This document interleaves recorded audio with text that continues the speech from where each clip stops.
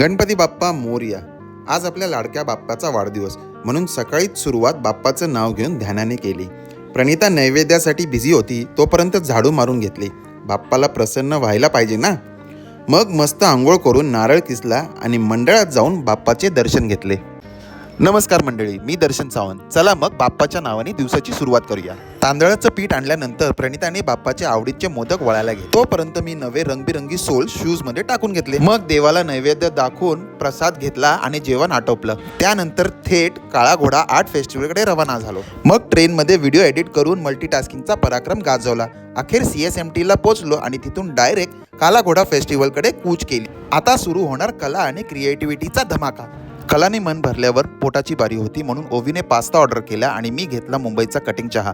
काही मस्त फोटो काढून घरी निघालो. ट्रेन पकडून थकलेलं शरीर घरी आणलं आणि थंडगार ताक पीत आजच्या दिवसाला निरोप दिला.